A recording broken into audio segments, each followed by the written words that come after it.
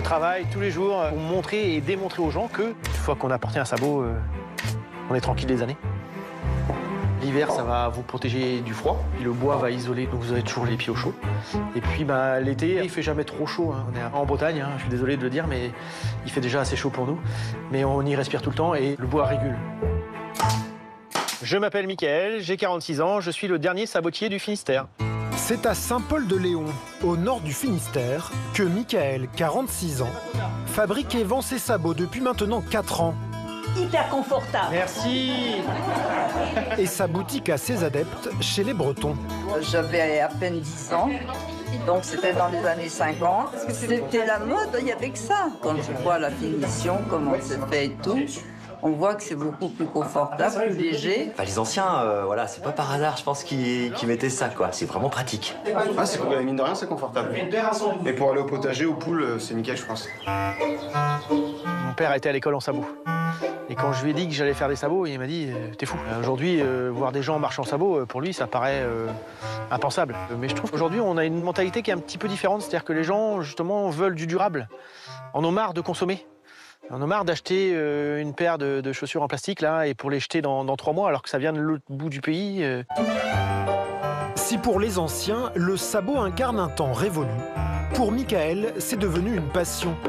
Après 22 ans comme mécanicien, il a tout quitté pour devenir sabotier. C'est auprès de Michel, que nous avions rencontré dans Météo à la carte en 2020, qu'il a appris ce métier presque disparu. La transmission se fait que de sabotier à sabotier, quoi. J'ai passé quelques jours avec lui au début, donc il m'a formé pendant plus de 6 mois pour reprendre la saboterie. Je pense qu'il est fier et super content que ça perdure. Ces gestes, Mickaël les perpétue. Et cela commence par la découpe d'un bloc de bois.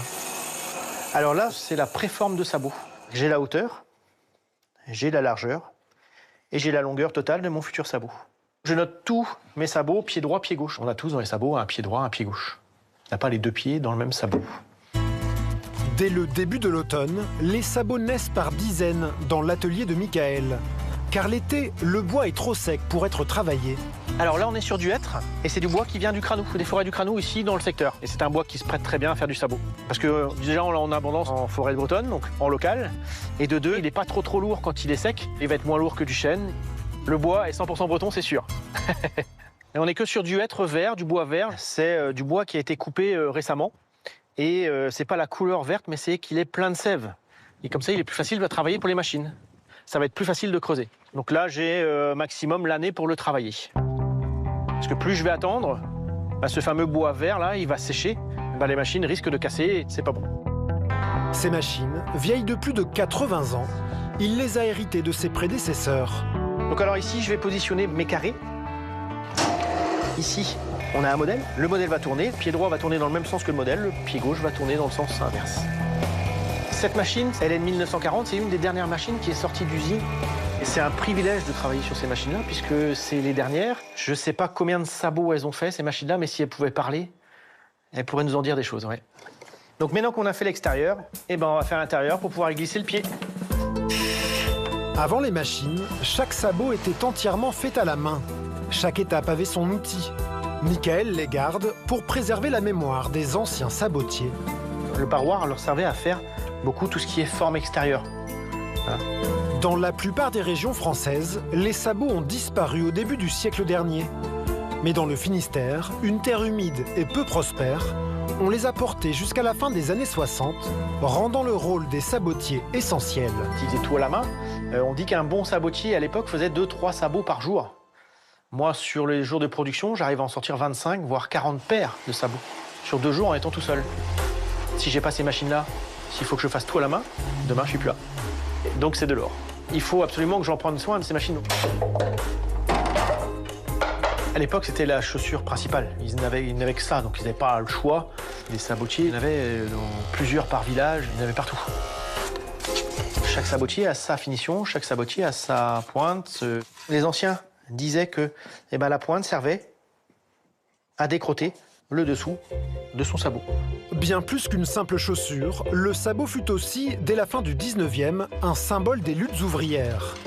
On tapait des sabots en cœur en signe de contestation. Quand ils travaillaient en usine, pour manifester ou pour faire grève, ils mettaient leurs sabots dans les engrenages des machines. Et ça fait que ça bloquait les machines. Et le mot sabotage est apparu à ce moment-là. Dès que le cuir a commencé à apparaître, les gens ont commencé à mettre des chaussures en cuir.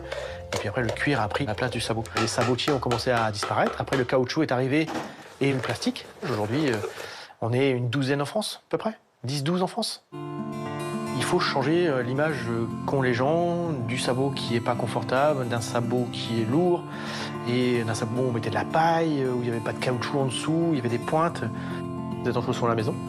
Puis pour aller dehors, pour aller dans le jardin, pour aller aux poules, vous enfilez vos sabots. C'est ce qui va rendre le sabot confortable. À 70 € la paire en moyenne, les sabots de Michael lui permettent de vivre de son métier. C'est un métier, certes, qui est dur, qui est physique, mais de continuer à faire perdurer ce patrimoine, c'était important. Il faut que je me batte pour que je puisse, moi, à mon tour, former un jeune qui va transmettre à son tour sur plusieurs générations. J'espère.